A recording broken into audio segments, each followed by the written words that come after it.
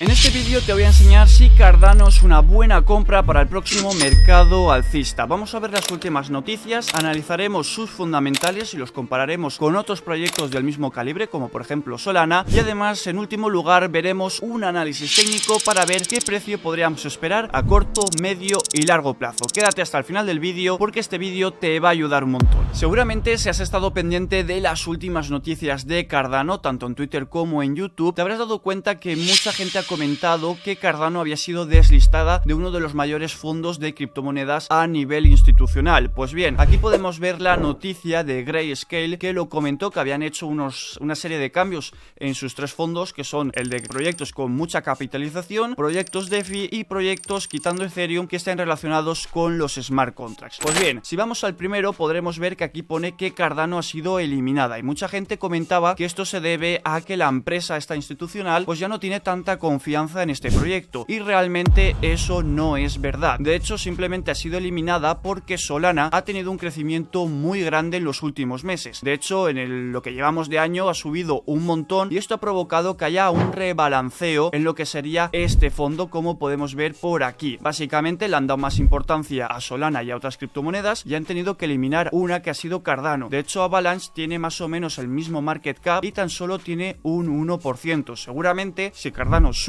lo más probable es que eliminen Avalanche y añadan Cardano. Simplemente ha sido por eso. Y además, si vamos al apartado DeFi, podemos ver que hay otros proyectos por aquí, pero si vamos al tercer fondo, podemos ver que también ha sido eliminado Atom. Sin embargo, Cardano estaría en la segunda posición por detrás de Solana con un 14,56%. Así que muchísimo cuidado con las noticias que comenta la gente, hay que saber interpretarlas. De hecho, el 4 de abril el precio de Cardano subió, así que muchas veces las noticias no es lo que la gente se cree que es. Así que vamos a ver lo más importante a largo plazo, que son sus fundamentales. Lo primero de todo, vamos a ver la siguiente noticia en Cointelegraph, donde comentan que el pasado 17 de marzo se lanzó la stablecoin de Cardano USDM apoyada por Megen Finance. Actualmente solo está disponible para usuarios institucionales, pero lo más probable es que durante este mes sea listada y por tanto cualquiera pueda utilizarla. Esto va a ser un buen catalizador y caldo de cultivo para que Cardano siga creciendo en los próximos meses. Pero cuidado, porque lo siguiente que te voy a comentar creo que es aún más interesante. Una de las cosas que más me gusta a la hora de analizar un proyecto y sobre todo lo que más me fijo es lo siguiente. Suelo irme a la plataforma DeFi Llama porque tenemos muchísima información y podemos comparar fácilmente a Cardano con otras blockchains. En este caso lo vamos a hacer con Solana porque creo que es su principal competidor y además está por arriba de ella, ¿no? Que es lo que esperamos que Cardano crezca a largo plazo. Lo que más me llama la atención es sobre todo lo que ha cambiado en el último mes del TVL. Solana ha crecido un 46%, sin embargo Cardano ha bajado un 15%. Podemos ver que el TVL de Solana es de 4 billions, sin embargo el de Cardano son de 404 millones. Básicamente es mucho menos. ¿Y por qué ocurre esto? Simplemente porque hay que fijarse en los protocolos activos dentro del proyecto. En Solana hay 134, sin embargo en Cardano hay apenas 56. Además, si nos fijamos en las billeteras, que hay 32.000 activas en las últimas 24 horas, es apenas muy poco, podemos ver que en Solana hay 800.000, casi 1 millón. Esto es una diferencia muy importante que tenemos que tener en cuenta y creo que es por eso porque Solana aún no ha reventado. Vamos a darnos cuenta de otro dato. Por ejemplo, si pulsamos en Cardano podremos ver que el proyecto que más TVL, es decir, Total Value Locked, que tiene dentro de su red son 100 millones. Si nos vamos a Solana podremos ver que el primer proyecto tiene 1,8 billions. De hecho, simplemente hay que darse cuenta que 13 proyectos o 13 protocolos dentro de Solana tienen mucho más TVL que el primero de Cardano, y esto es muy importante tenerlo en cuenta. Otra de las métricas que me suelo fijar mucho para ver si una blockchain está muy sobrevalorada o infravalorada es el market cap dividido entre el TVL. Esto nos daría un número que en función de si es más alto o más bajo sería más sobrevalorado o menos, es decir, más infravalorado. En este caso podemos ver que los principales proyectos suelen estar más o menos alrededor de los 15 hacia abajo. Por ejemplo, Solana está alrededor de los 17, una cantidad bastante razonable. La Binance Smart Chain estaría alrededor de 15, Ethereum 7, entre otros como por ejemplo Polygon 8, Avalanche 15, más o menos suelen tener el mismo rango, entre los 7 y los 15 aproximadamente. Como podemos ver, Cardano tiene 53. ¿Esto qué significa? Básicamente que tiene un market cap muy alto para el poco TVL que tiene, por lo tanto podría estar sobrevalorada, pero hay que entender el por qué ese proyecto sí que está sobrevalorado y otros no. Y esto se debe a que tan solo hay 56 protocolos dentro de Cardano. Obviamente cuando empiece a crecer este ecosistema, seguramente este número vaya bajando y por lo tanto podremos ver con mayor facilidad qué número le correspondería. De hecho, si comparamos el proyecto con Solana, podremos ver que actualmente podría hacerse aproximadamente